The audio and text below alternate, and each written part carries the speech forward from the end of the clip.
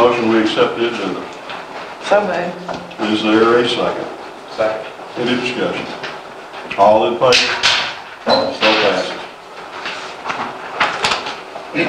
You have 3 sets of minutes there.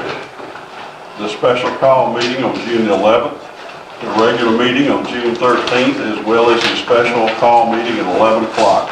You've had a chance to review these. Do I hear a move that we accept these? So Is there a second? Any discussion on the minutes? All in favor? We're up to municipal comments. Mayor Glover, you're first on the list. Good afternoon. Good afternoon. I just like to wish everybody a safe and hopefully happy 4th of July. I'm looking forward to just being able to be out here.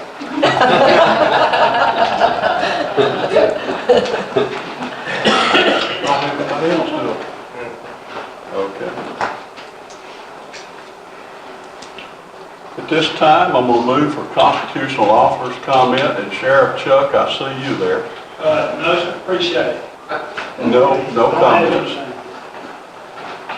I see no other constitutional officers out there then.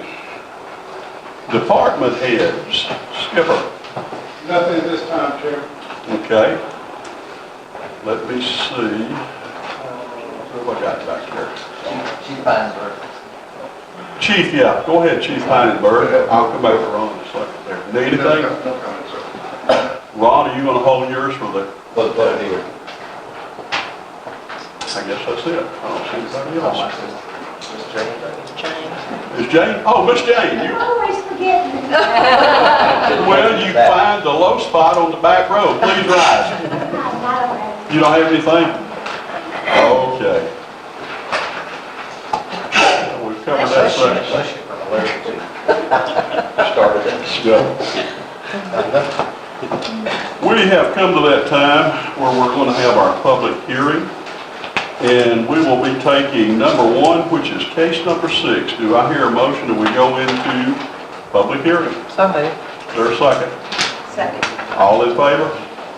All right. What we have before us, Ron, is the case number 6. Correct. The folks on this case tonight is case number 6. This application comes from Mr. August Balchuk. He owns 17.38 acres located in the sector State Route 85, State Route 362, which is south of Allenton. Subject property is zoned commercial. Mr. Balchuk is requesting approval to rezone the rear 10 acres to LDR so he can create 2 5-acre lots for residential development and leaving 7.38 acres in front for commercial use. It is my recommendation that the request be approved with the requirements of a 30-foot wide access easement to the residential lots. There's a vegetative buffer requirement between commercial and residential zoning districts required in the zoning ordinance, so that's another one of my recommendations, that vegetative buffer is put between the residential lots and the commercial.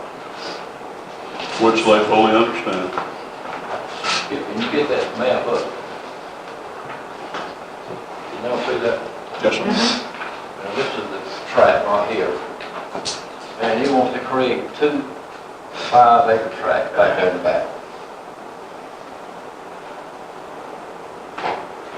What will be the access to it? That's my question. He'll have to provide a 30-foot wide access easement either from up this line here or maybe up here somewhere. But he will have to provide that access easement. And all of that, well, you can see that property right adjoining to the subdivision. Is Mr. Balchuk here tonight? Yes, sir. Would you like to come forward and tell us a little bit about your Yes, sir. place? It's me and my brother. We own this property together. As you can see, got a drawing already from the surveyors. If y'all want to look at it, Just pass it up. that's already been, that's just to submit to y'all, maybe give y'all a little bit better perspective Yes, sir. We're always going to leave a buffer zone between the commercial and the residential. Right. I just want to use that later on as a business opportunity for myself, which is a businessman out of Beck County.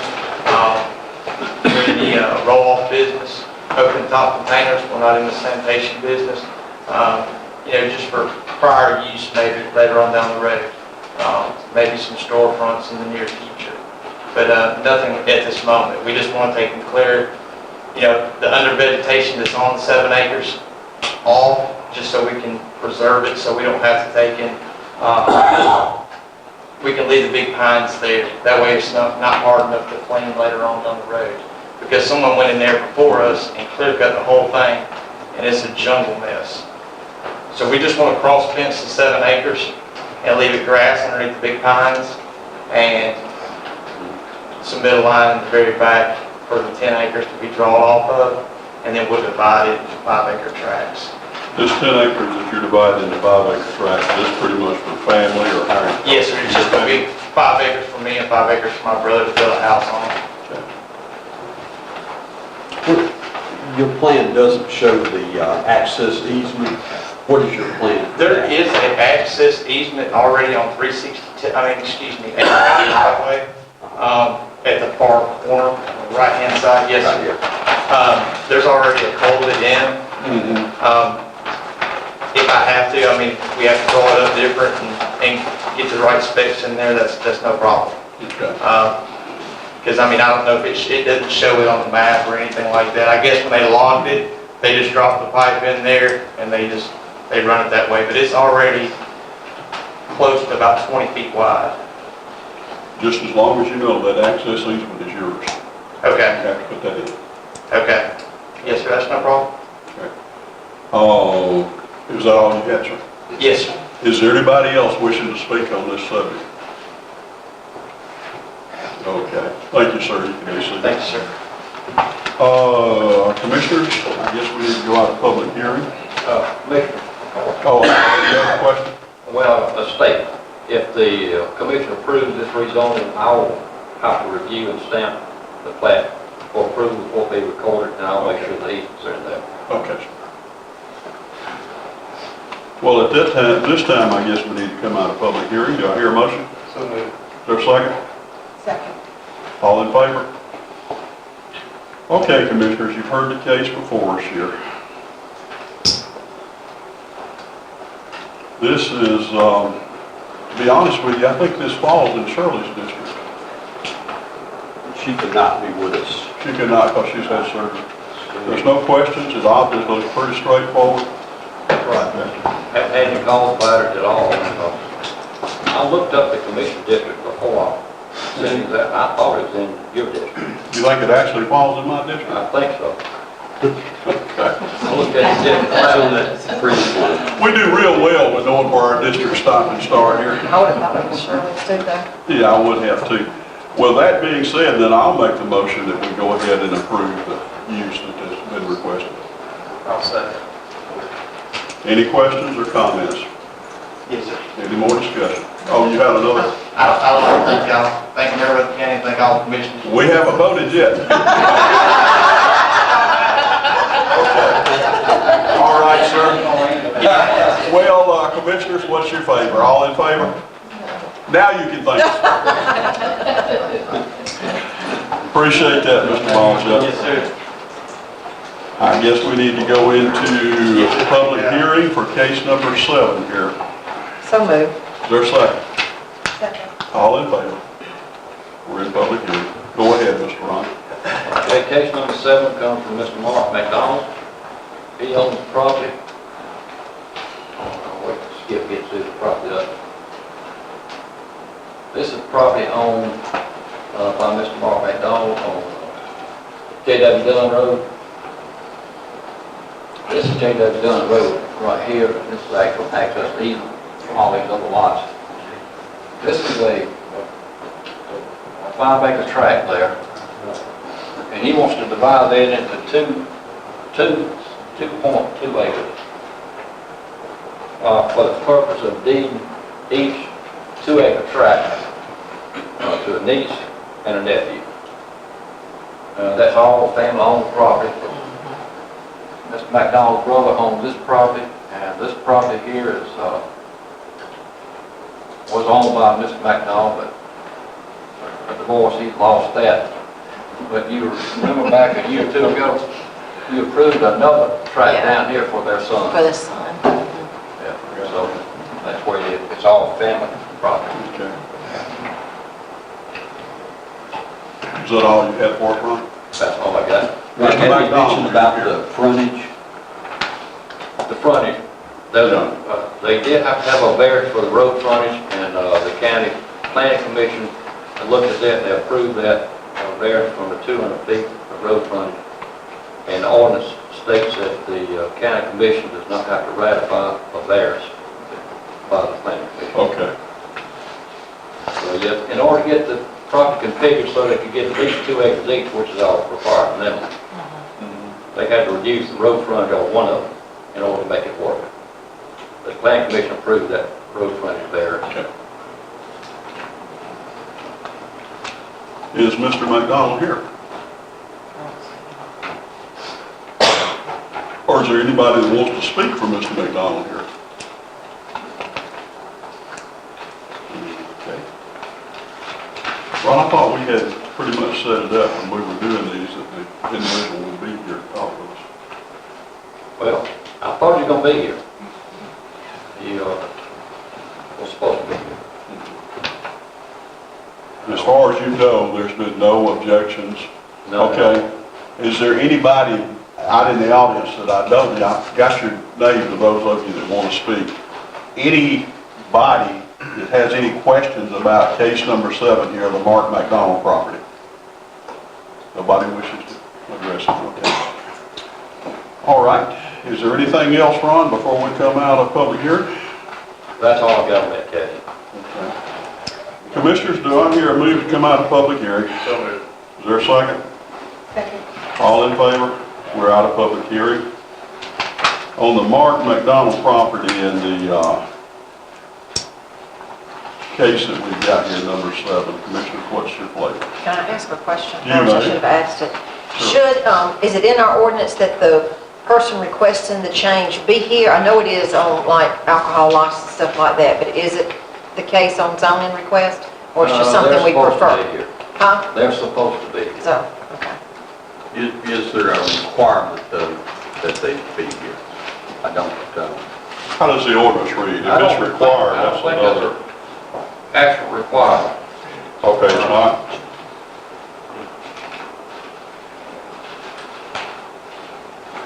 If this is in my district, if it's a requirement, then I want to table it until they can be here. If it's not an actual requirement, then move forward. But The only thing it says is that the applicant shall be heard, so that to me would indicate that they need to be present.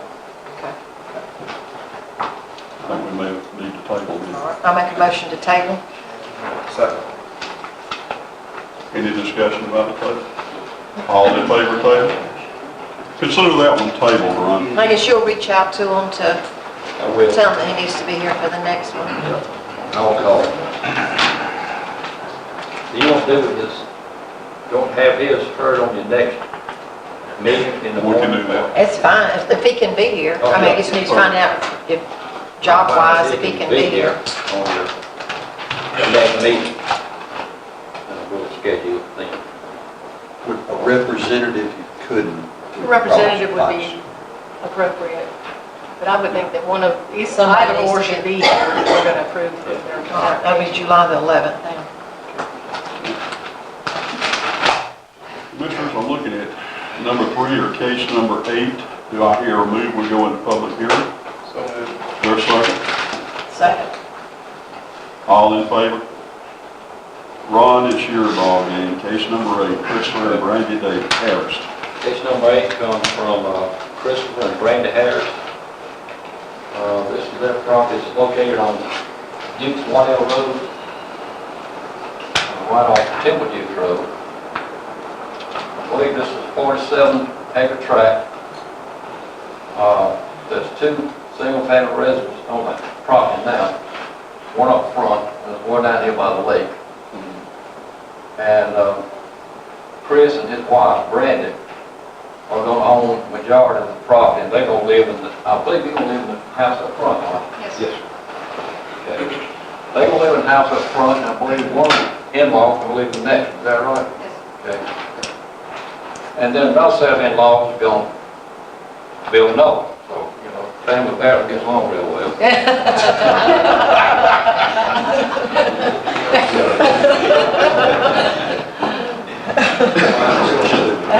Let's hope it continues. Well, that's why they have to get a rezone, because they want 2 acres each for their, the one set of in-laws with the house next to the lake needs to separate it out from the bigger tract, 2 acre tract. And then the other set of in-laws is going to build a new house on the second. And they will have to have an access easement across Chris and Brandon's property. Ron, I'm seeing you've got a 60-foot wide easement here. What's that about? That's already existing. It's already there. That's already existing. Okay.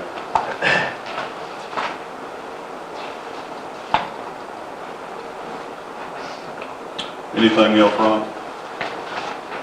No, that's it. That's all I have. Christopher or Brandy? Yes, sir.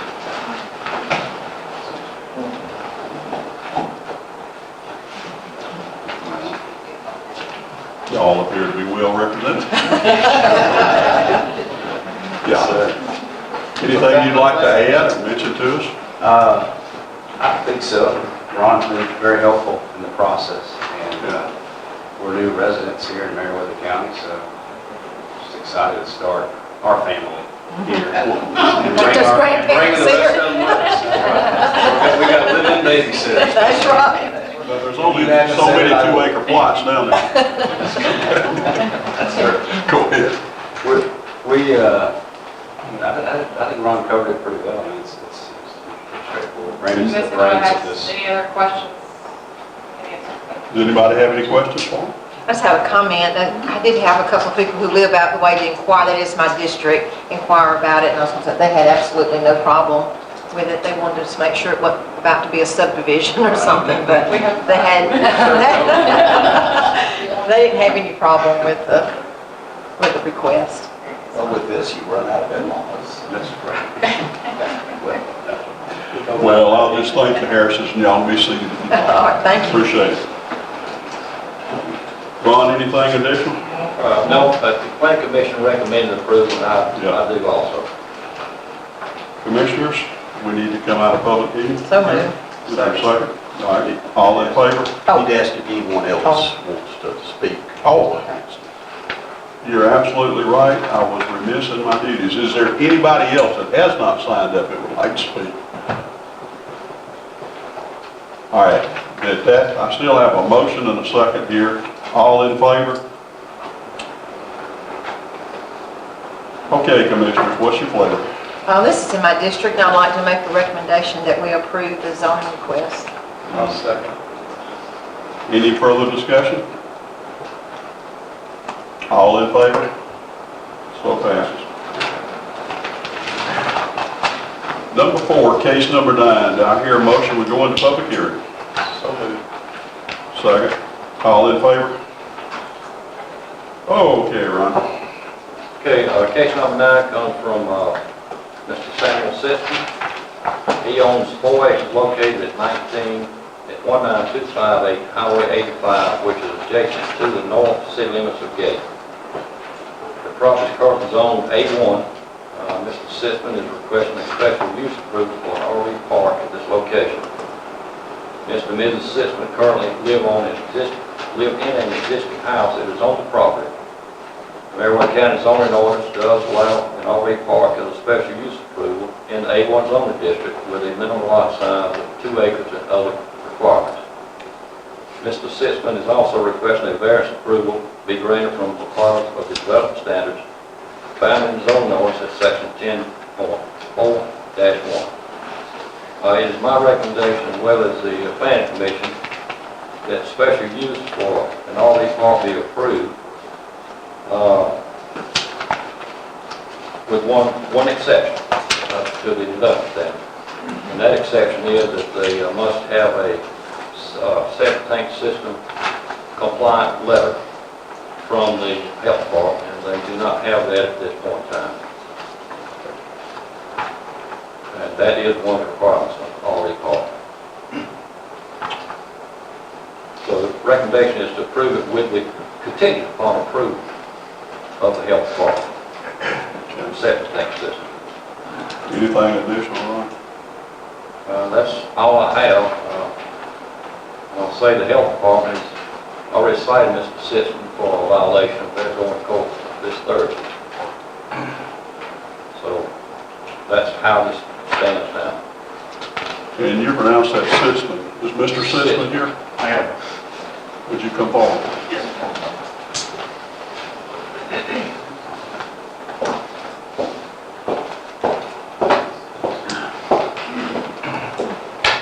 Same system. Hey. That's not right, Jamie. Jamie. Hey, how you doing?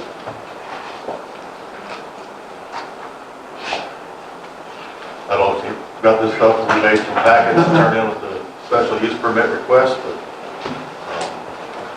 I don't know if they've been there or not. Did you receive the pictures that we had submitted and the letters as well? Or did you not receive those documents? We've got some letters, but I We don't had some know. letters, we sure did. Okay, I just wanted, okay. I don't remember this layout. Okay. Did you receive those, sir?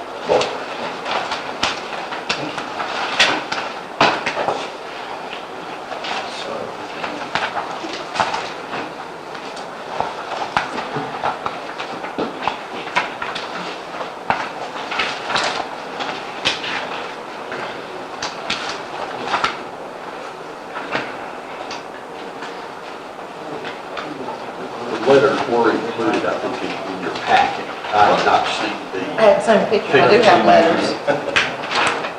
I have those pictures, but I did not try to email them because it Well, that's was fine. such a large file, it wouldn't email. And you had some letters. And I was going to give those to you tonight, but Mr. Sitzman's already provided those for you. And this is their property location. Right, the city limits of the gate. There's the city limit line right there, How close is the city limit line? right at it. At the edge of the property? Part of our property is in the city. Part of your property is in the city? Yes. We were actually told that, what's that? How much of the property? It's like 20 or 30 feet. We were told it was all in the city when we purchased the property. And we were told we weren't there.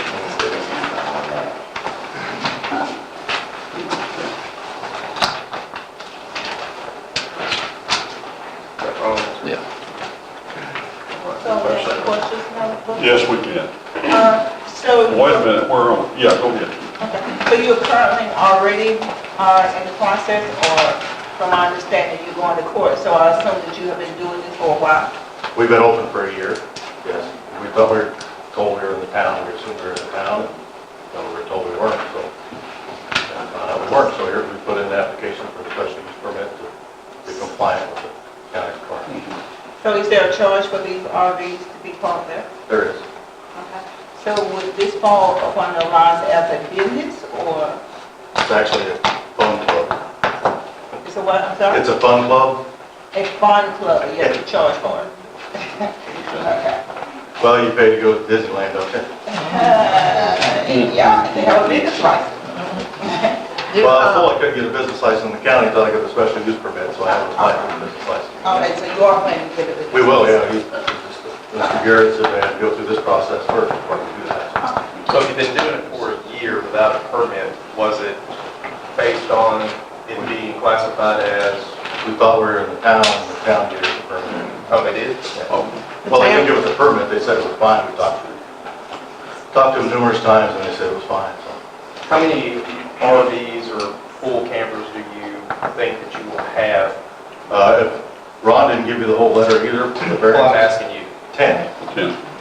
And actually, we only plan on having 5 or 6, and then like during the Cotton Picket Fair Week, having 3 or 4 more. Just the capability to bring in 3 or 4. Is there a limit, Ron, on how many can be? That is determined entirely by the health department for the septic system. If they have as few as 2, that's not a problem. two, and they got to meet certain health department regulations. So if they had two, then they'd be able to use their current septic system for two.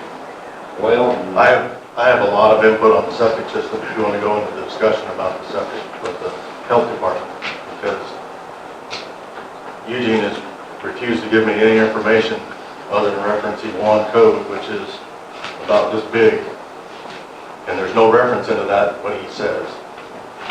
And there's actually reference the other way for what he says in there, so that's why we're going to court on Thursday. Well, I do want to know, because it is on the main strip. Okay. And with the cotton picking fair being there, the one thing that I would be concerned about is it being an eyesore. And to be honest with you, I rode by your house about 2 weeks ago, and there were probably 7 or 8 RVs or trailers pulled in the back. It didn't look like there was any type of specific organization to it. There were some this way, some that way, and they were piled in the back behind the house. You all had people on the front porch also eating dinner, it looked like. That was a community club. Okay. Everybody was, well, about 70 people were over. But my question is, are you going to pour cement pads for the RVs to pull on, No. hook up? No. No, they're arranged on gravel around the backyard, which your pictures can see, and there's space with the hookups around the yard. It's different than a regular RV concept. It's more of a stay in your uncle or your friend's backyard concept and have access to a whole yard. It's fenced in. If they have a dog, they can play with the dog in the yard. There's a little fire pit down there, barbecue grill.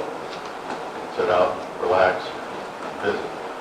Are these your RVs that people are staying in, or No. they bring their own? No, they're not. So you're collecting hotel motel tax when they spend the night? Well, if they get my business license, I will, yes.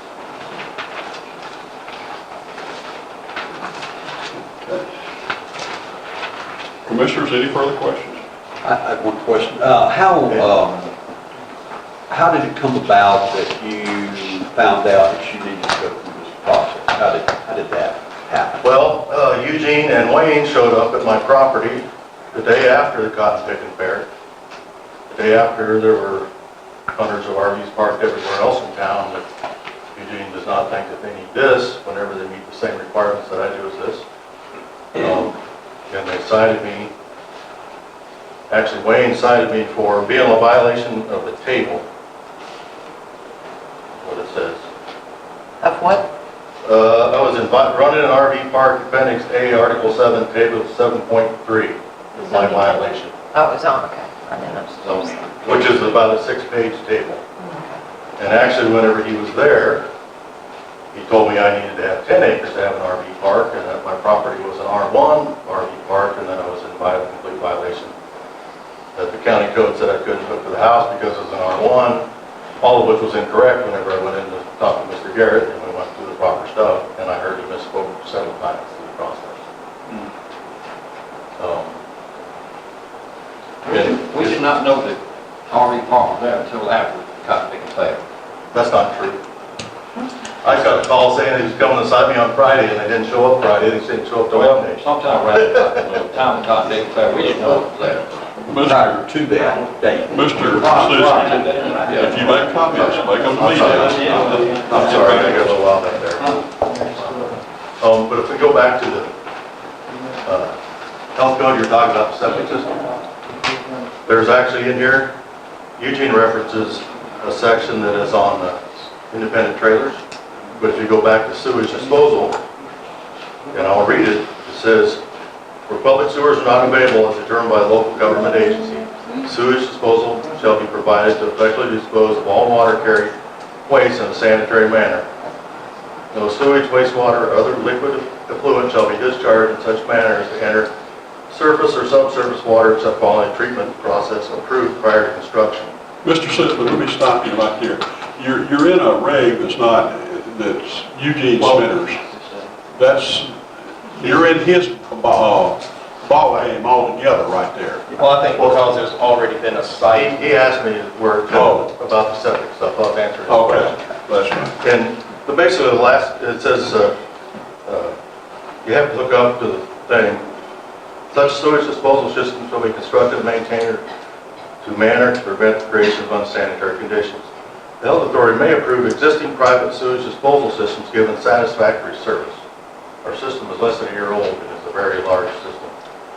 Let me make one more point. So that's where I'm going with the health department. If Eugene makes a judgment call, whatever, I can't overrule Eugene. I didn't think we could. He just Okay. asked where I thought, because I said we're going to court with the health department.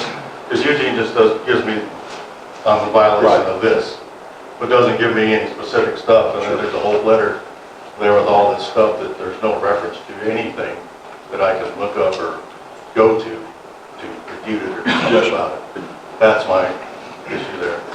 Mr. Chairman, while the health department is referenced as the Meriwether County Board of Health and Environmental Health, they're actually a state agency, so just for clarification.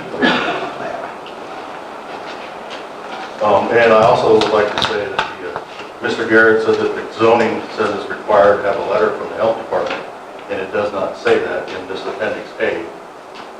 It says, what it actually says in here, it says, all RV parks shall construct a minimum of one wastewater disposal system approved by the Meriwether County Health Department. Each unit shall be a minimum of 1,000 gallons, that's section 10.4-4.11. Now, my septic system is approved by the health department for my house. For your house. Yes. And in the health code, it says an existing system may be approved if it is proven serviceable. Eugene designed it, and I installed it 2 years ago. So it better be serviceable, or we're going to have more discussion. Commissioners, any further questions? Yes, ma'am? Not a commissioner. No, you're not. Go ahead. I think there's been a lot of concerns about people hearing the word RV park and then they're thinking giant signs and all these roads and just lines of this, and that's all not, for those of you who have driven by anytime, what you see at our house is what you're going to continue on seeing. The only changes that are going to be made is the ongoing improvements that we take as prideful homeowners. And we've talked with Mr. Garrett and the other,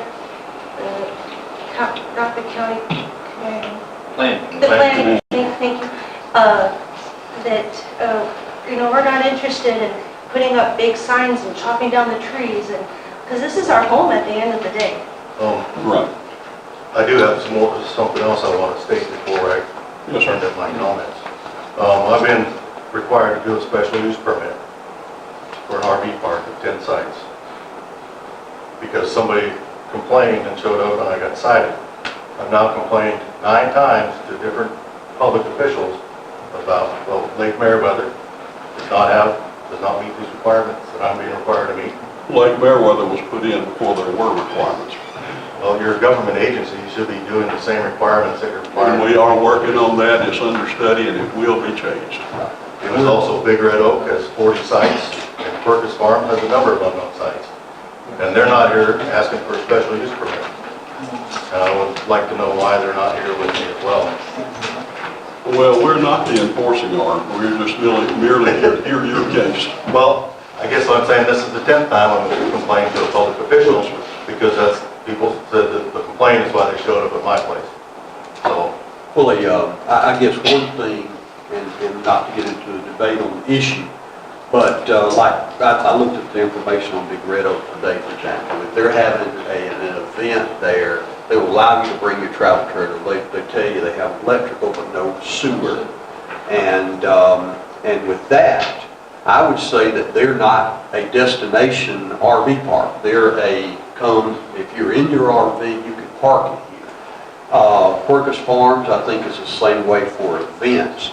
Of course, the county goes, like Meriwether, we don't have, I don't think we have sewer hookups right now. We have electrical hookups, but we don't have sewer hookups. And so I see that as as some difference there, it being, this would be a destination for a RV, and the others would be, RV would be a different, just allowable use of, if you're coming to the event, you can park That here. they're hosting at that particular place. Absolutely. So that's the difference that I see. Mr. Gay, can you show me on the code where it says if it's once a year that you have I requirements? can't show you tonight. Because there's no exception for occasional use. It says if you rent 2 or more sites, you're supposed to meet these requirements.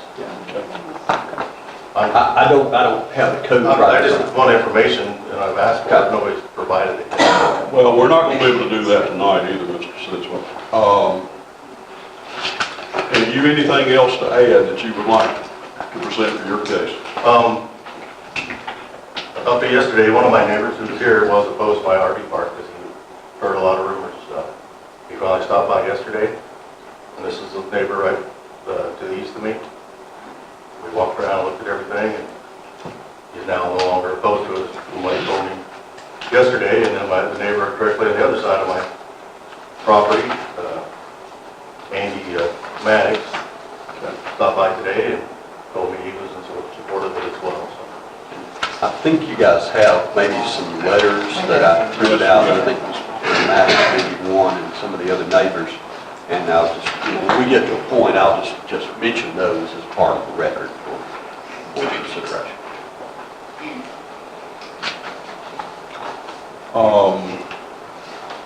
I was just looking to see if we had anybody else here to speak. And let me clarify this point. August M. Valchuk, were you signing up to speak for this case? No, sir. No, okay. And it looks like, Ms. Beverly, we don't have anybody else to speak. I will ask in just a minute. Okay, if you don't mind, Mr. Sitzman, we're going to ask for any other, if somebody in the audience just has something they've got to say, and then we'll move along with your case. Thank you, sir. Thank you, ma'am. Okay. You need to be a proponent first and then any opponent. Ron, hold on just a minute there. Larry, did you want to come up? Yes, if you would. She said you need to do one. Thank you. Four Let me in first. just a couple of minutes. Do what? Like, if you'll state your name. And here's the thing. Proponents first, and then the Let me have opponents. this, he needs to All sign right, in. that's right. Are you, I'm not signed up. are you for or against? That's my next question. Neither. Oh, okay. You may speak, sir. Yeah, my name is Lawrence Mall. I live at 5998 Gay Road in Woodbury, Georgia. And the reason I wanted to take just a minute to speak is Sam and Jamie can't say this on their own behalf because they don't have necessarily a lot of credibility. But they moved to our community 2 years ago from Colorado. They bought Pat Parker's home, who, if they hadn't bought it and rehabbed it, it would probably have been destroyed. And it's a beautiful home built in the early 1900s, as I understand it. Since they moved here, they both have been very involved in the community. Jamie is currently serving as president of the Supper Club in Gay, which I think some of you have been to. She's doing a really terrific job there. Sam has become a member of the community as well. He's helped out his neighbors. He's helped out several people in the area. And he is also a member of the Greenville Lodge 221 Masonic Lodge. So I just wanted to say they're really good people. They've never started down this road to create a discourse or a problem with anybody. They thought they were operating within the city limits of Gay. Gay told them what they're doing, not you there. They told them that what they were doing was perfectly fine and within the rules of the city of Gay to do it. It was only when they found out that they were not within the city limits of Gay. Anybody who drives through there, I think, would make the same assumption that they're in the city limits. I think he said, we were talking, he went to go look, and he said, they're in city limits. I really did. And the crowd you may have seen there is Jamie was kind enough, we have a men's cook-off in June every year, our co-op, and she hosted that at her home. Unfortunately, I came in third. I lost out to Sam's hand. But that's all I wanted to say is they're really good people. They're trying to be good citizens, and I would encourage you to view them in that vein instead of being troublemakers and trying to come and create a problem. That's not what they're doing. Thank you. Thank you, Larry. Anybody else would like to speak, and we're going to go ahead and cover the four. Anybody else for the land use? Anybody against the land use as it's currently being used? Mr. Chairman, I want to say that you guys have seen. Oh, yes. Ms. Nancy, come on up. I don't know why I didn't get your signature. It's not on that, it's on public comment. Oh, okay. comment. Oh, okay, come on forward. I've got to come up here. Snatch it on it. Well, this is just, what you were saying, it is an eyesore. And to begin with, Let me correct that. I didn't say it was an eyesore. I said I didn't want it to become an eyesore. I'm sorry, well, I think it's an eyesore because You got a little politician in him. that house is a very old house. And to begin with, there was one or two trailers, which, you know, it would draw your attention, but nothing. But anyway, since it's begun, there've been more and more and more. Not only, and then there's no trash or anything, I'm not saying, you know, it's not trashy or dirty, but the way the trailers are sitting, it's not, you know, in a uniform, seems like they should be. But also, in addition to the trailers in the back, there's big trucks and cars all in the front all the time. And you know, that house is, like you said, it's an old historic house, and it has turned it into an eyesore. That's just my opinion, but it is every time we go by, you know. Thank you, Ms. Thanks. Anyone else?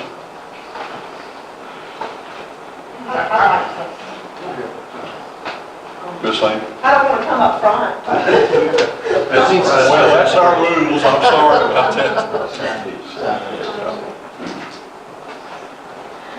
I hate to see it happen because in my eyes, it is an eyesore and historic gay. People don't come to gay to see that. And if you pass it, who's to say the next neighbor's gonna do it, the next neighbor's gonna do it? And there is another neighbor that's doing it, and that I oppose to.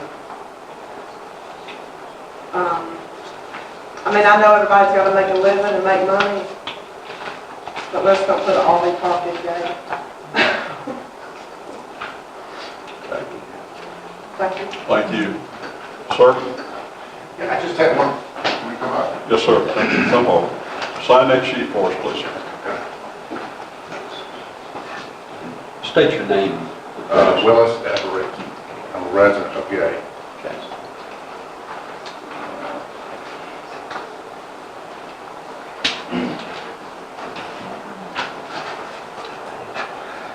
I guess one of my general questions is, the sign that has been posted out in front of the home, I don't know when it was posted, but it's extremely small.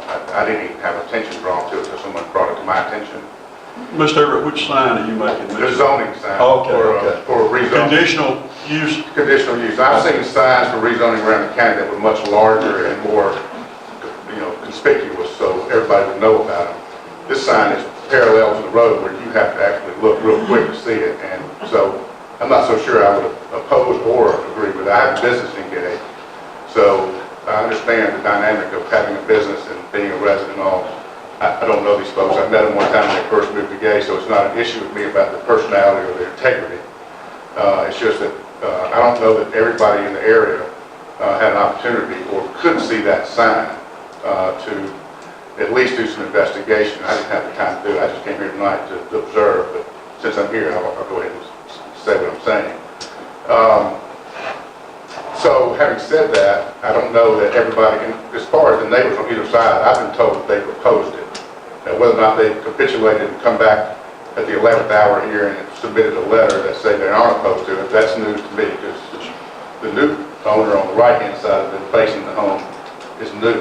He just bought a home here. I can't imagine him wanting that going on. And Mr. Maddox next door, I was told that he was opposed to it, so I don't know how credible that is. But other than that, it doesn't seem like a compatible use for a residential community like that. The downtown business district is different, I believe, as far as the commercial use, but the general outskirts of Gay are residential. So, at any rate, I just think that to commissioners should take that into account, the surrounding residents of this town. So, that's it. Thank you, sir. Thank you, Mr. Everett. Appreciate that. Any additional? You've already spoke, sir. I just want to address on this. He can have a rebuttal, If you want, come forward. 5-minute rebuttal, but it has to be only address Only the what's here. issues that have been brought up. And before we start that, let me just note for the record, we have received, 3 letters, I think it is. You guys have one. This is another that I've given you guys a copy of. It was presented to us. And it indicates concerns for the negative impact on property values due to increased noise, traffic, loss of, et cetera. And the other one indicates that, again, property values may be, impacted, and just raises opposition. So I wanted to let you guys know about that. And we saw those. Yes, Yes, sir, go ahead. The sign was put up by the county, I didn't have anything to do with that. Wayne came out and put that sign up, so I didn't. We understand. Greg is actually here tonight, so. What we had the discussion yesterday was your What's the name? Greg Arnett, he's the Okay. neighbor on the east side of me. And I just talked to Andy this morning, so if you want to give him a call. Mr. Gregg, would you like to speak? Sure. Okay, put your name on there. I didn't want to get in the middle of all this, but And I'll... go ahead and state your name so everybody can hear it Okay, plainly. Greg Arnett, and I bought from Pat and Connie property at Old Steve Black's place. And of course, when I bought the property, I didn't see that many motorhomes parked all around it. And when I purchased it, I wasn't told that that was going to be a motorhome park or an RV park. Then I have a couple buddies that live up here that fly by and say, hey, how's your new RV park next to you? So I did get concerned, I got upset. I didn't want to get into it in the middle with Sam because he's the neighbor and his wife. They're very nice, pleasant people. He's doing a great job on the house. I agree with the lady that was up here early, both the ladies, that it is a pretty, gay Georgia and their house, what they're doing to it looks beautiful. And I do agree that the home, RVs parked around it does take that away. I didn't want to get into Sam's business because he's trying to remodel the home and help pay for remodeling it. He wants to do a business there.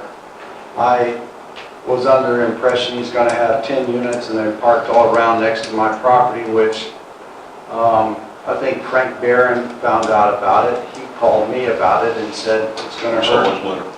It's going to hurt a lot of people's property around it if it's there. So I asked Sam earlier, I said, well, with the special use, how long is that going to be applied for? Is it a 3-year or 5-year deal, or is it going to just grow and be bigger? And he said it's only there until he sells the property. My concern is now that I'm thinking and listening to different people is, how long is that special use going to be applied, and is it going to be there through my livelihood to see RVs parked all around it? He has tried to move them up on the hill and keep them out of the way somewhat, and he's only has so many acreage to do that with. Right now, I think he's, what do you have, 7 there? 4? So he has 4 there now, he's asking for 7, but I think for 7, he's asking for 6 more. So is that during the cotton fair that he wants those extra usage, or is it always going to be filled up with 10 units? That's part of my concern too, that I didn't express it to him the other day, but when he did take me around, he's trying to keep things nice. I agree with someone that said they were all parked all crooked in every which way. Yes, that could probably be cleaned up, but to me, I don't know, I'm on both sides. I'm stuck in the middle. I'm the next door neighbor. I don't want to be the neighbor that we are constantly going at it with each other. I think maybe there's some things we can twist to make him apply so it maybe can meet both the ladies here and myself and possibly Sam. But that's something that you guys will have to decide on. But For me, I didn't buy the property to have a big RV park. And I think there needs to be a limit to how far this goes. Okay, Mr. Arnett, I'm having a little trouble determining where you are on this. It sounds like you're right down I'm the next middle of the road.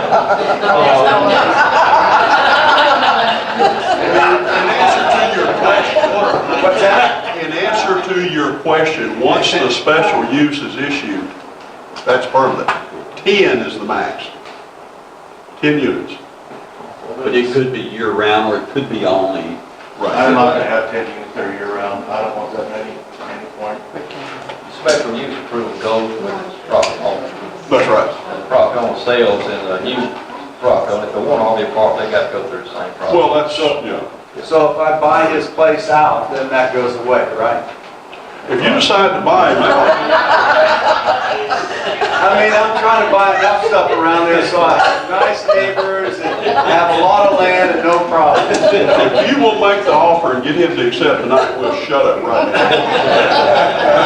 Well, I know John McCurran isn't here because he's in Daytona getting a suntan, but you know, when I moved into town, it's like I have to go through him and pay him to get anything done around here. No, thank you for your time. Appreciate you telling us that. Thank you. Since there's no other, Just as a point, he had mentioned maybe there's some way, I don't know whether reduction in number would make any difference, but that may be something that Sam wants to, address, whether or not that 10's the number or is there another number. Another concern that I would have is right now with the health department and this pending, that's ultimately got to be resolved, can't be resolved here. right, and I'm fully aware of that, and I'm going to make that statement here in just a second. Commissioners, do I hear a motion we come out of public hearing? So the Commissioner Court, may I make another? Oh, you certainly may. I got Just a point of clarification, and Mr. Gage just alluded to it. RV parks, there's several development standards that go with RV parks, and one of them is an approved septic tank system by the health department. Yes, sir. We don't have that at this time. Right. And the other thing I just want to mention too is I'll get bigger signs, but you're going to have to increase my budget. Okay, Ron. So we'll get bigger signs out. All right, I have a motion on the floor that we close. There a second? Second. All in favor? Public hearing is closed. I normally don't do this, but I am going to make a statement just before I call for a motion. Mr. Sitzman, this is no reflection of you, but there are some pending issues here. And I'm going to ask this board to table tonight what I'm hearing. We need to get everything cleaned up and put everything on a level playing field before we go forward. You no problem with that? Okay. Commissioners, I need a motion. I make a motion to table it, and I want to tell you why. I was going to do it for Buster. I like to make as much of a well-educated decision when I make a vote. I don't feel that I'm educated enough on what we need to approve this tonight, to be honest with you. So I would like the time to be able to review, study our own ordinances and the specifications so that I can make that correct decision here. So if you all will, just bear with that, and I make the motion that we do table it. Second. So, any further discussion? Yes. The date that we're tabling it to, No, you can't discuss that.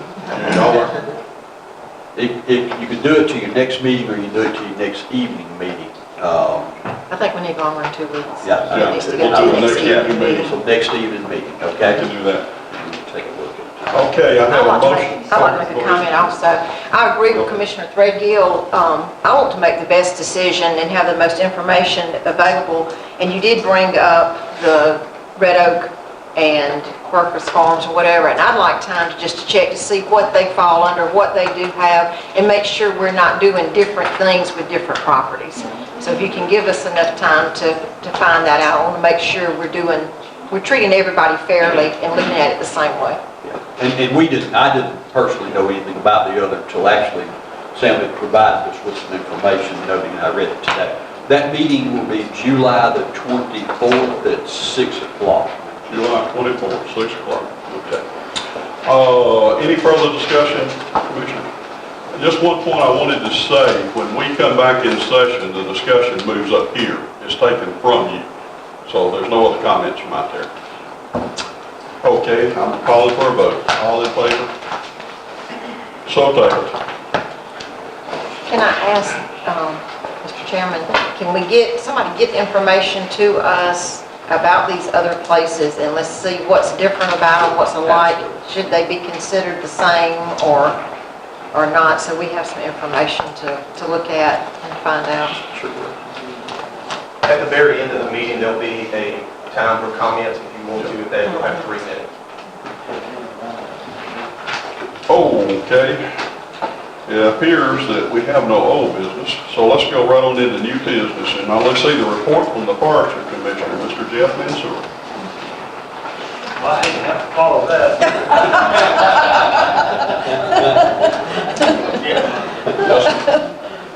I'm not here to buy anybody out or I submitted this last week. I hope y'all had time to review it. Yes. It's pretty self-explanatory. If you have any questions about it or questions about what we do, complaints from your constituents, I'm here to answer anything right now. If you haven't had time to review it, I'll go through it real quick for you if you want me to. I have looked at it. Jeff, I have a question that comes up and I'm asked from time to time. Yes, sir. You know, we have a non-ozone ban or a fire ban. Oh, I didn't realize that. I'm a little late for just a minute, so That's okay. okay. But what I was going to ask about, I see as far as our open burning, we're restricted from May through September. But I see agricultural burns and things going on during that period. That's correct. What constitutes an agricultural burn? Okay, an agricultural burn is anything that has to do with agricultural practices. Okay. Expanding pasture, cleaning up fence lines, burning crops in the field, anything of that nature. Agriculture is totally exempt from non-attainment issues. Controlling burns for forestry too.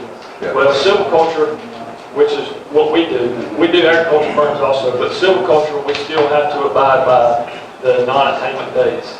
So if there's a day where we get a code orange warning, we can't issue silviculture permits for that day. Okay.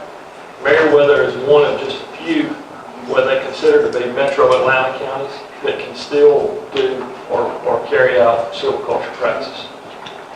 So we're exempt from that except on code orange days.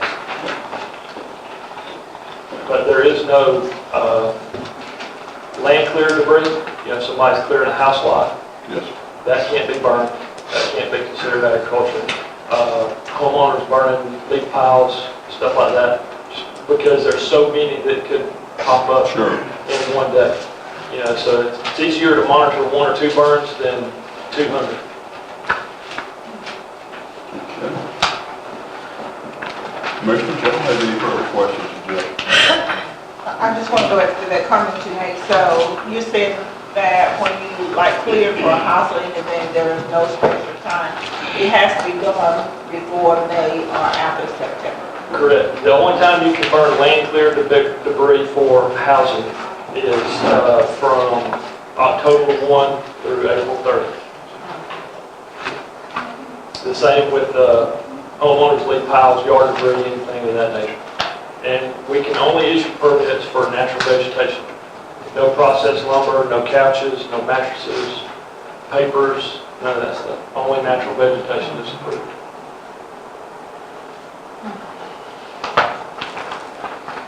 Chairman, I just wanted to comment, we appreciate all that Jeff does and all the support he and his group provide Meriwether County. Well, we're happy to be here. And my counterpart here, he hadn't stabbed me in the back yet. So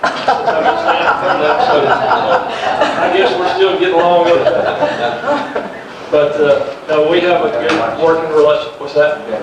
Yeah, I have rear view mirrors on my glasses. But no, we have a good working relationship with the county fire department and the city municipalities. We've extended some opportunities for cheaper or less expensive equipment. I think they're trying to work on that, things that we can help them get through, federal grants and stuff. So, you know, things are moving forward for you guys and hopefully for their department.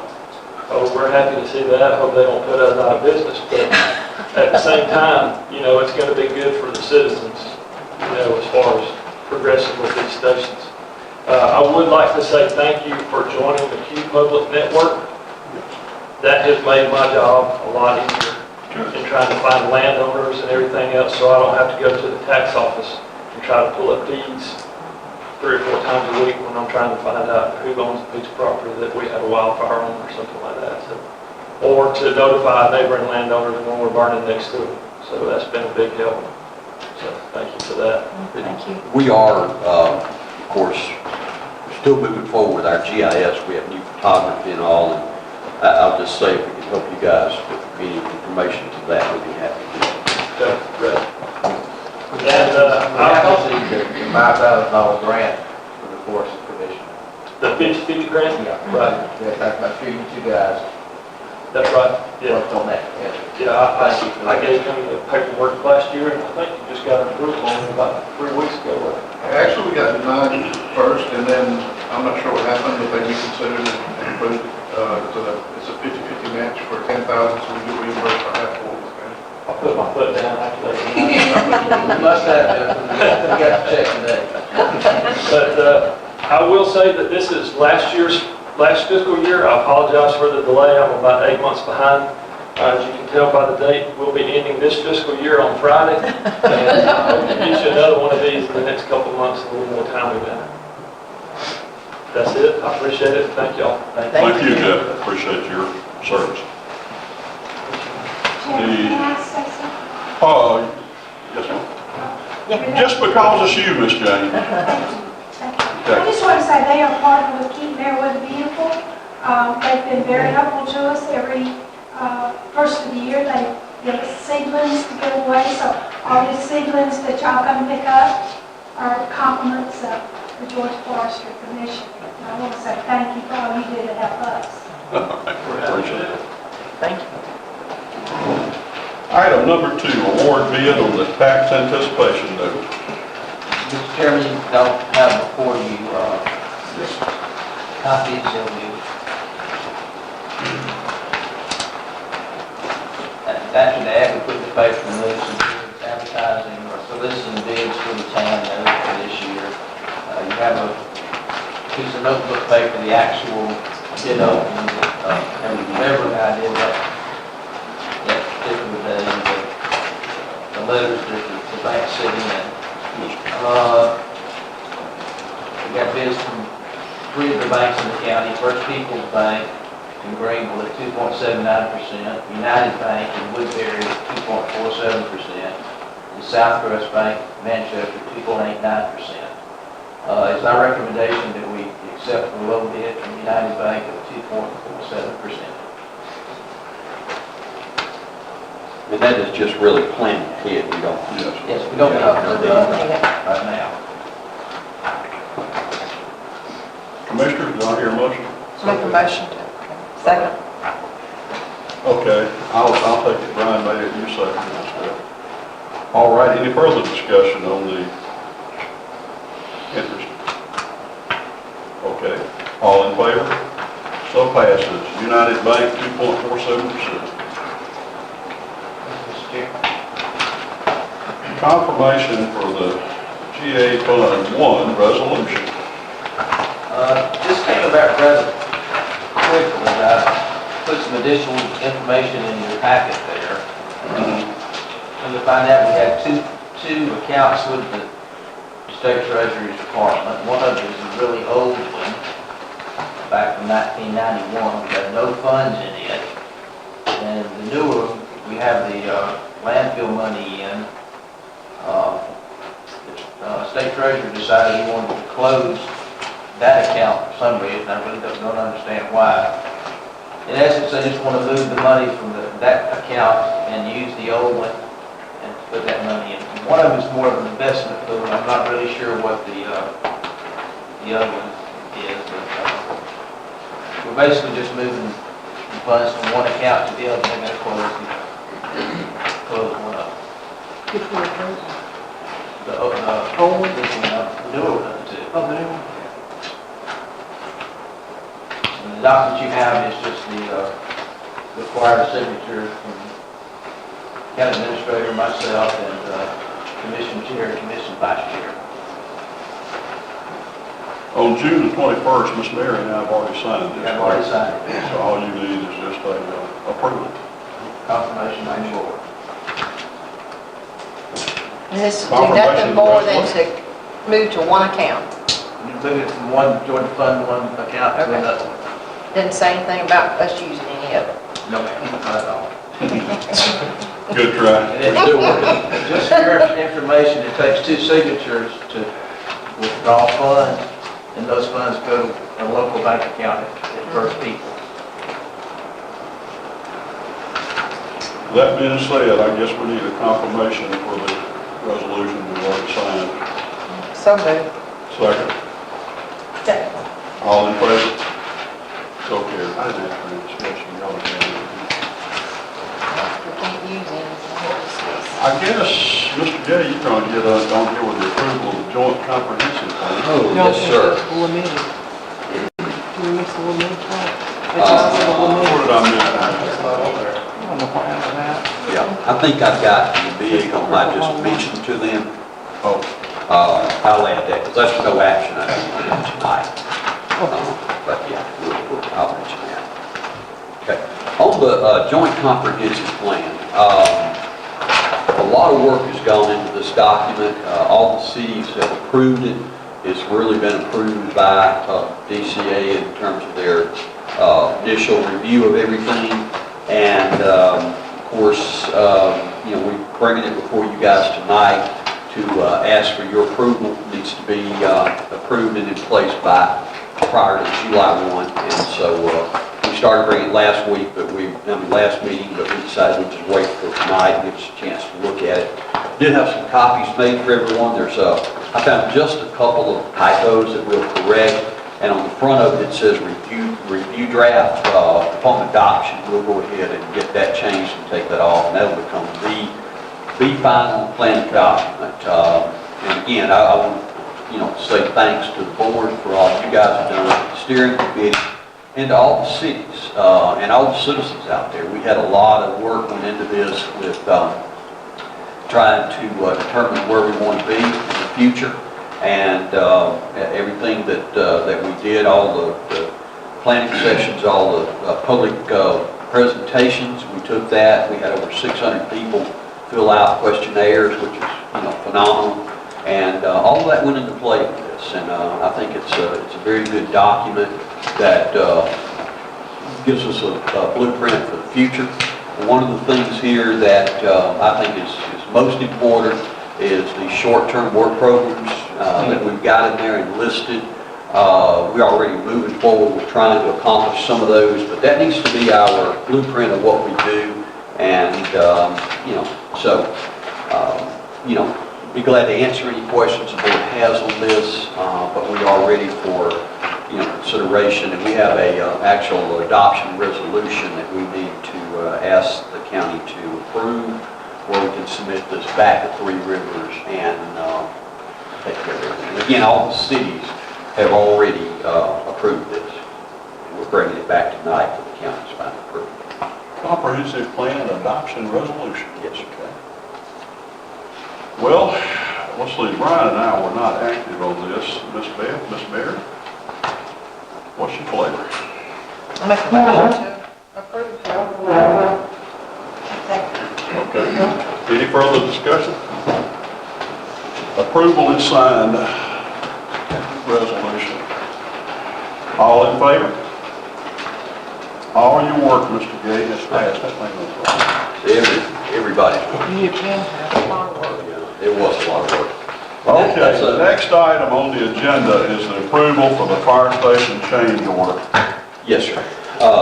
We get that. We, of course, we move through construction, as we talked about earlier. Construction is, there always are things that are coming up, and we're continuously working ways to try to reduce some of those costs. We had About 3 things that have come up. We had some unsuitable soils at Duran at the right-of-way for our GDOT right-of-way that we need to put in. Right. And we had to replace those soils. That cost is $41.40.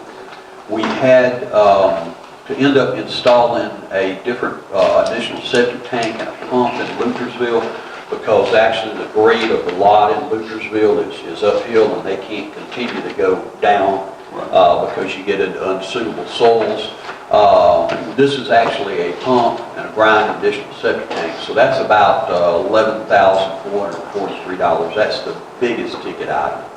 The other item we had was out on Desadale. You and I passed by there this morning, Mr. Craig and I did, and they were out looking and working. Right after that, we got a note that was saying that where the pipe location was originally going to be, there was an AT&T data line there, and for them to move that line was about $10,000. So we were like, okay, well, we'll look at other options. So what they're going to do is they're going to actually move that culvert forward toward the road and kind of re-ditch that area. It really won't impact us, other than we can avoid having to relocate that pipe. And that cost for the materials of reinforced concrete pipe is $2,650. So I would recommend approval of these, and we'll move forward. To give you guys an update on the station, the steel is supposed to be there tomorrow, Luthersville and Longmeadow. So that will be good. We should start seeing those structures come out of the ground. And we also should start seeing them pouring the slabs at Duran and Odessa, and get those ready for the steel that will be coming forward. So wanted to give you guys an update on that. The steel has been a real holdup, but I think once it's on site, you'll see those stations really start to come up. And so we've been working on that, but I would recommend approval of the change order. Commissioners, do I have an approval for the change orders just mentioned by Mr. Gay for the fire stations? So moved. Is there a second? Second. Any discussion on this at this time? All in favor? You're approved, Mr. Thurman. Thank you, sir. Appreciate that. Looks like we're under number 10, report from our finance director. Mr. Beal. Mr. Chairman, you got the bank balance listing there in front of you. Hadn't changed that much earlier in the month. That's really all I have, unless you got any questions. I don't have any specific questions. Commissioners, do y'all have any questions? Well, we're up to you, Mr. Gay. Okay, and I'll try to be very quick with this. We mentioned, Beverly mentioned the LMIG, the Local Maintenance Improvement Grant. We are very close to letting or going out for bid on our 2018 projects. But we've also got notification that starting July 1, they'll be accepting LMIG projects for 2019. And our allocation is about $715,000 and 13, somewhere in that range. And we'll have a 30% match on that, which I think is about $350,000, $360,000, somewhere in that range. So anyway, I just wanted to say, if you guys have been thinking about some roads that you feel that are needed. There it is. Tyrell got a list that we can kind of work on. He does not yet, but he and Bill Cawthorn have been working on kind of grading the roads and looking at what needs to be, into next year's project. With the thought maybe that we could pick some roads that are not in such bad condition and then save them, from going in that direction, and looking at some other things like patching, and I'm going to talk about that in just a few more minutes. But we'll start to put together a list that you guys can look at, and we'll go from there in return. Can we get an update on this? That's what ones that we're about to do. That you're about to do, absolutely. Yeah, but I forget. I mean, Yeah, I know one of mine is in my district. That's exactly what I was about to ask. I will get you guys a list, because I think somebody asked for it, I think Mr. Buster, you may have asked for it this afternoon, in fact. Yeah, I will do that. Another thing that we're going to do is we're going to include the project that the cities have requested for their MIG into ours as an, addendum 1, addendum 2, where they can accept those if they're willing. At one city to turn in about 30 roads, and I think it's that I need to go back and explain the program, because I don't think they get all those done, but, They gotta have the match. they got a lot of match they're gonna do. So anyway, I'm gonna go back and get that clarified, but I will put that in, and we'll send you guys a list of the roads that we're. Okay, and also a list of the ones that Tyrell is proposing for 2019. Absolutely. I don't have those right now, but I'll get those to you guys, but these others I can get to you right away. So have we finished the striping, or we still? Striping is almost finished. I got an invoice the other day from Peak, and I think there are about 3 or 4 roads that are not striped, but they have finished them for the most part. They're kind of moving in and out and doing them. I know there was one road that I got a call on up towards Alpha Road where they striped it and it come up heavy downward and washed it away. But I checked it. Put it left out. Yeah. And while the Yellow. road's still a little bit yellow, they do have a new stripe on that. Mr. Gay, on that list, could you also put a priority list, like I know Beth and I had one left from last year that was supposed to be first priority this year? I think that's on our The project bag list. That's right. And we got those over there. Mine's done. I know that road, but I just don't remember the rest of them. What I know mine's not done, but people been calling me. It's but we're real close. And yeah, as soon as, fact that we got, and I guess that'll be my next topic of discussion, is service delivery strategy. We finished that. Thank goodness. What a chore. I want to thank Bill and Beverly and Skip and Allison, everybody for working on that, and all the cities. We had to get all the, things. We also filed for our extension. We got that in. And I think everything is well. We got all the maps in for service. So, with that and with the, completion of the comprehensive plan, that's 2 major tasks that we have finished. And those tasks don't come around but once about every 10 years.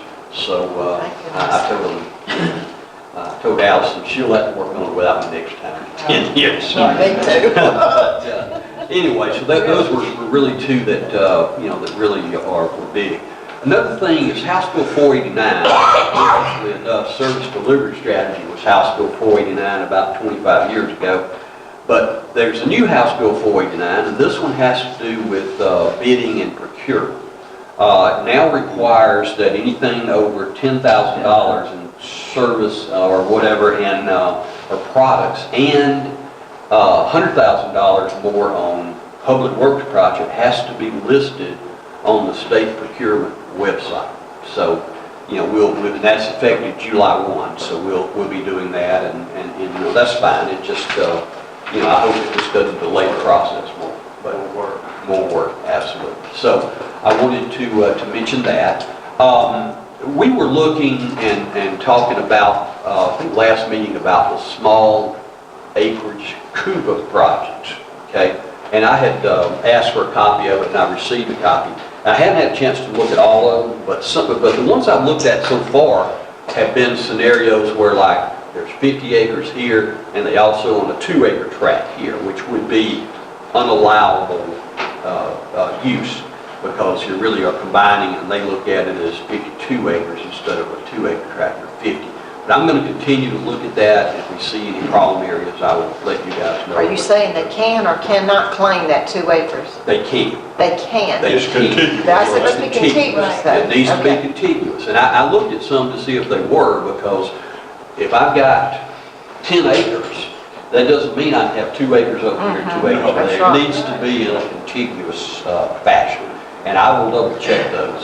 I just started on that yesterday afternoon for just a few minutes, but I will get all of that reviewed and noted, and I'll send you guys information on it. So I wanted you guys to know about that. I did meet with, I attended a webinar with Mr. Boss on our Meriwether Together program, and we'll be ramping that back up. I apologize, we've just not had time to really focus on that, but we will move that forward. We do have a tree at the courthouse that part of it fell the other day. We're still going to have to look at that tree to make sure that that this board's not going to fall or it's damaged. It's a little concerning to me because it's Bill and I went and looked at it. It's kind of a branch tree, and so I don't want anyone to have a problem with it or fall and hit someone or something else. So we're going to look at that from a standpoint and get someone to kind of give us a recommendation of whether or not that tree needs some work or needs to come down. So Too I'll, bad it hit the judge's car. Oh, no. when she gets put up- parking in shape. Do we need to put up some type of signage, anything at this point? Because my understanding now, since the sidewalk and all is redone, there's a lot of people walking that now. Yeah, yeah. We'll review the tree, and if it looks like it's a potential problem, we'll do that until we can get it cut. And it was Probably a wouldn't bright hurt to sunny get day. an arborist or somebody to We look had at. somebody look at today, I just told Okay. them. Okay. And give us an official opinion, because, Yes. you know, you start taking down a tree, I know, that's gonna be, I mean, we need to make sure that it's, absolutely, yeah. We were pretty Absolutely fortunate necessary. with the other day. We really were. County Line Church Road has been closed with the storm damage. We've got the pipe up, they've got everything going, they picked up materials they needed today.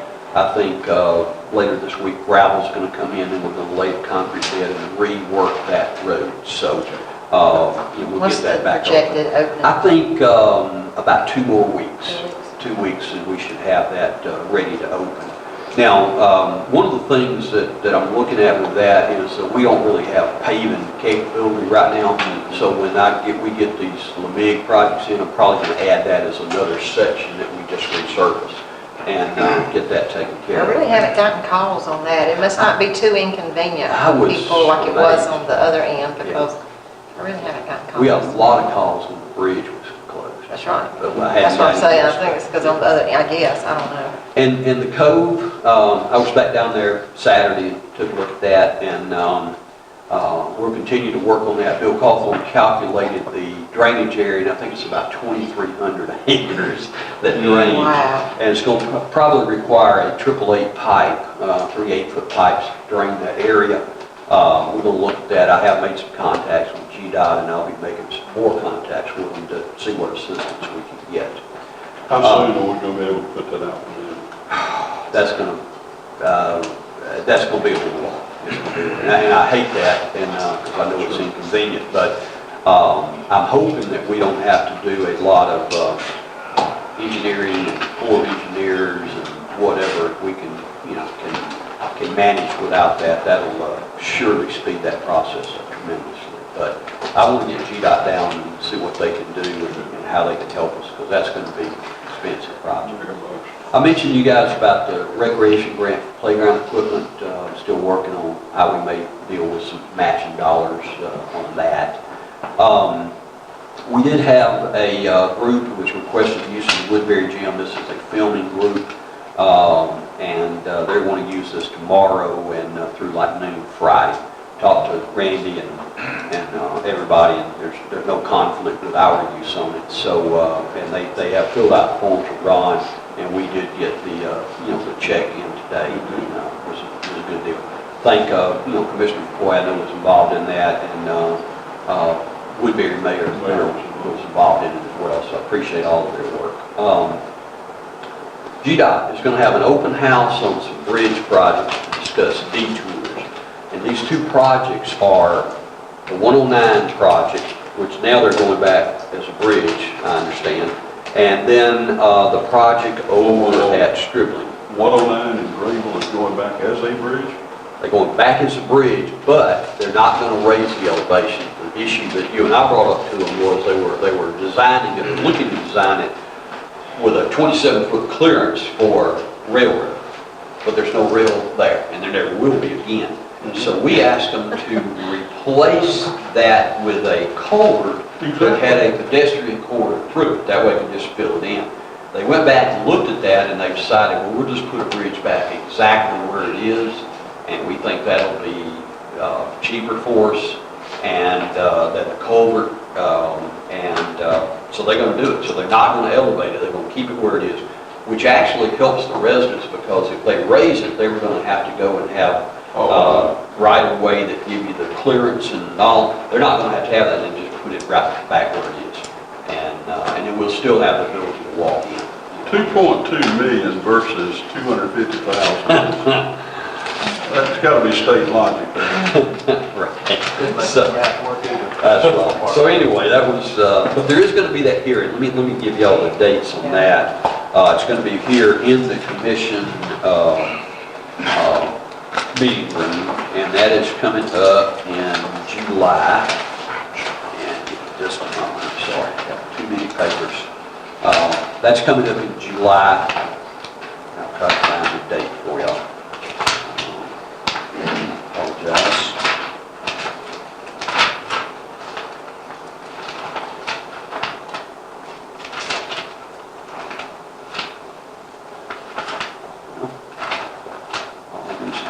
Papers.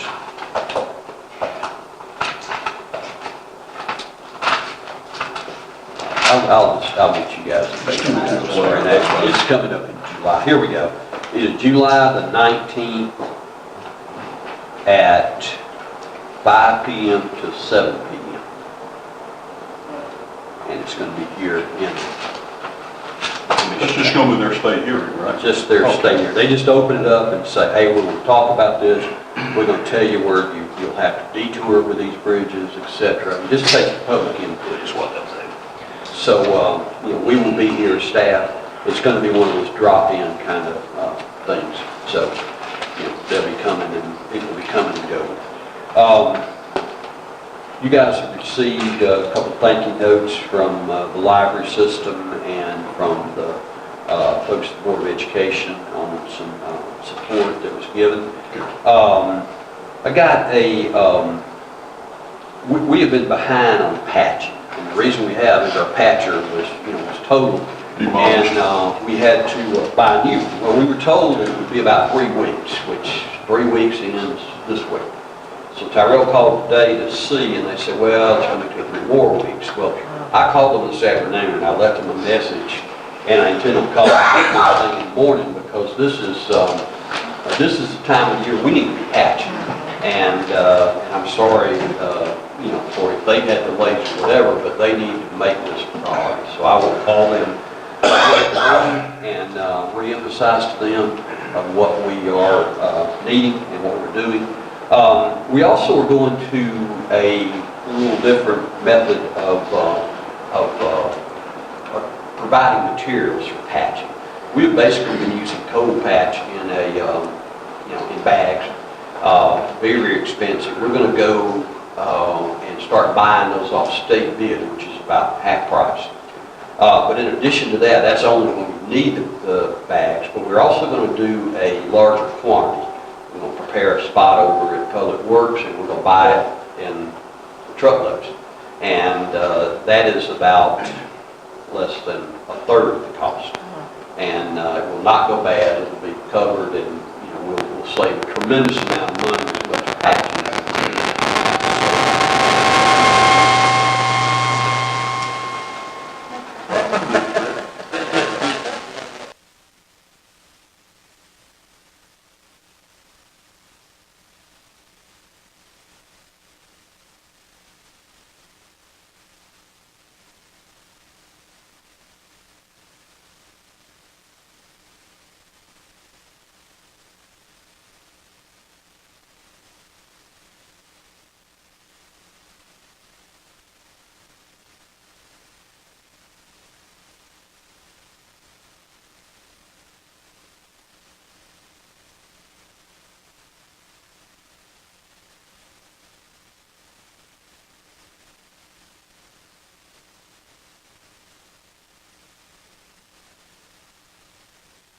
About 20 cases of water.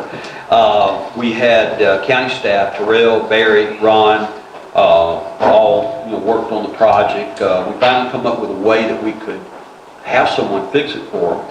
I called Scott Bowden with Crawford Grading, and he and Herbert Crawford got together along with the Champion Well, Leonard Perez, and they went back and they took their equipment down at no cost to this couple and restored their water service until they can do more. We're still going to look at some grants and all and make a long-term solution. But again, that's you don't find that everywhere where people are that community-minded, and everybody was attentive. And this little couple was a little late to tell me. She said, I sure am glad to be able to wash clothes again. So I just want to close with that, and again, I appreciate Crawford Grading, appreciate Champion Well, and appreciate the county staff for all they did and cared about it, and Mr. Dreadville, you as well. That's all I have. Mr. Gay, we appreciate what you do. Certainly thank you for that. Commissioner Britton, your comments? Only thing I have is to remind everybody of Manchester's July 4th celebration on July 3rd, next Tuesday. You playing this year? No? No, sir. All right. That's it. Commissioner Bray? I don't have anything, just want to wish everybody a happy and safe 4th of July.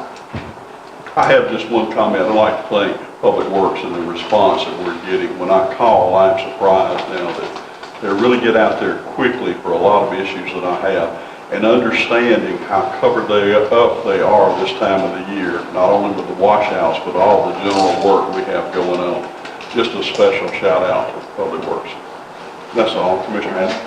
Just a couple of things. One, on this comp plan that we got, you mentioned there's a couple of typos. Right. If y'all redo that, how about just giving us just the sheet Yeah, that's what I was and the going to. cover, and so we won't waste Yeah, we all of won't do this. that. Oh, yeah, those are, all those pictures and all kind of expensive to copy, so yes. Just give us one so we'll, we can insert them We're in just going to there. make those changes and slide them in there. And I will say that if there's anybody that does not want their copy, Give it back to me.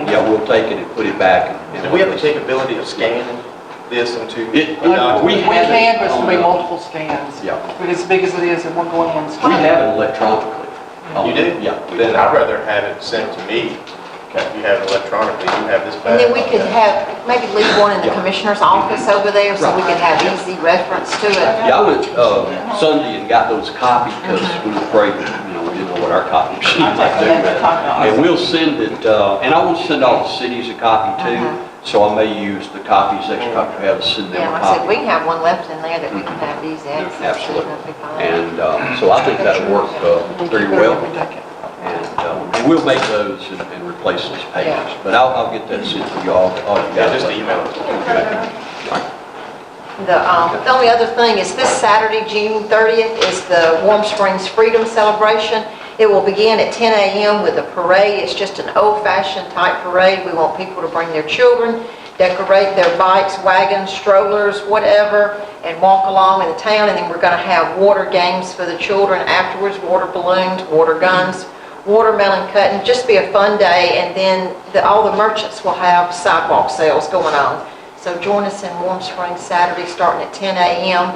And we're really finishing about 2, but then Warm Springs Cellars will open at 2 o'clock and they'll have live music. They're having what they're calling a red, white, blueberry event. I think doing some blueberry recipe contest or whatever, but we'll have their craft beers and wines and stuff there, and that'll go on through the evening. So hope you'll join us. And I hope everyone has a happy and safe 4th.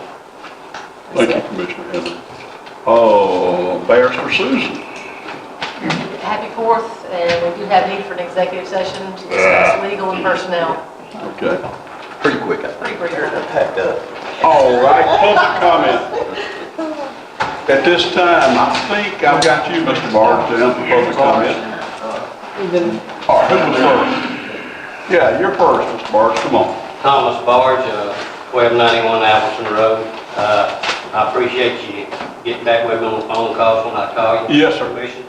You done real good on that. We got the striping took care of on the end of the road, that's good. We're getting trucks slowed down to a point, but Yes, they sir. still keep coming through there. I have a trail camera that I got out on a post, and I can knock you out at which ones that comes through. I'm gonna clear the card off, and I'm gonna go for a month, and I'm gonna Okay. see how many's coming through there now, because I know what used to come through there. I had car haulers, fuel trucks, everything else coming through there. But I do know you have cut them down to a point. Of course, the road still, gets kind of broke off on the sides because they've done it so long, rather than, you had a good road and they stayed off of it, but that don't seem like that's gonna happen. At least it's slowed down. But I appreciate that, and the road sign, the one that's out in front of the fire station at Luthersville, if you had one about that size and that color, and put no trucks, and then down under it you put $2,000 fine, and then down under that you put strictly enforced, I think that would just about make it go zero. What we did, we searched to see if anybody out there had any different sign than that, and we just couldn't find any. None of our vendors had it. Yeah, because the little shoebox kind, and they set them so far back off the road, by the time you get on the road and see it, and I'm not saying they just do it, someone's doing it on purpose, I know that. Because they save fuel and they won't get over the, I-85 over there, they get over there and get on the expressway. But the little bitty sign, I mean, it is small to get somebody's attention. But I would like to say one thing in defense of the little sign. Those are CDL drivers in those vehicles. They know to pay attention to signs. Yeah, well, that's true. I'm a CDL myself. But anyway, I do appreciate what you are doing. Like I say, we got to slow the point, It's a lot better than it used to be. I'll have to pay you for that, I appreciate that. When he was in last time, a couple nights that I was actually over in Alton for a meeting and drove back through about 9:30, and the GDOT had a truck pulled over, writing him a citation for being on that road. Because if you meet one of those trucks and knock on Albertson Road, you're gonna get off on the side of the road. He ain't gonna move off. You are. It'll draw you up, it sure will. All right, thank you. You're quite welcome, sir. Let's see, all the O'Neills have gone, so I don't have anybody here. Anybody else that hasn't signed up? Miss Virginia, come on to the front. I just comment or question. I'm hoping that my commissioners, along with Mr. Gabe, will decorate our courthouse again. Okay. For 4th of July, she looked mighty pretty last year and got a lot of comments from Meriwether County. She looked better than a lot of other surrounding counties. So please, if you can, let's decorate her again. Okay. And Greenville is trying to follow suit. Thank you. Thank you. I would think we kept all that bunting, didn't we? We did not throw it away, I can assure you Yeah, that. Somebody so signed we that. do need to get that up back. We need to do that this We week. need to do that this week. That's it then. We'll work on that. Yeah. With that last comment, we do have a need for an executive session. This thing is what, legal and personnel, that's true. Before we go into executive session, if you'll notice, obviously, July the 4th is falling on a work day, so we don't have any other day there but July the 4th. Our next regular meeting will be July the 11th, of course, a 9 a.m. meeting, and then on July the 24th, we will have our 6 p.m. regular meeting. At this time, do I hear a motion we go into executive session? So moved. Or second? Second. All in favor? I was listening. It was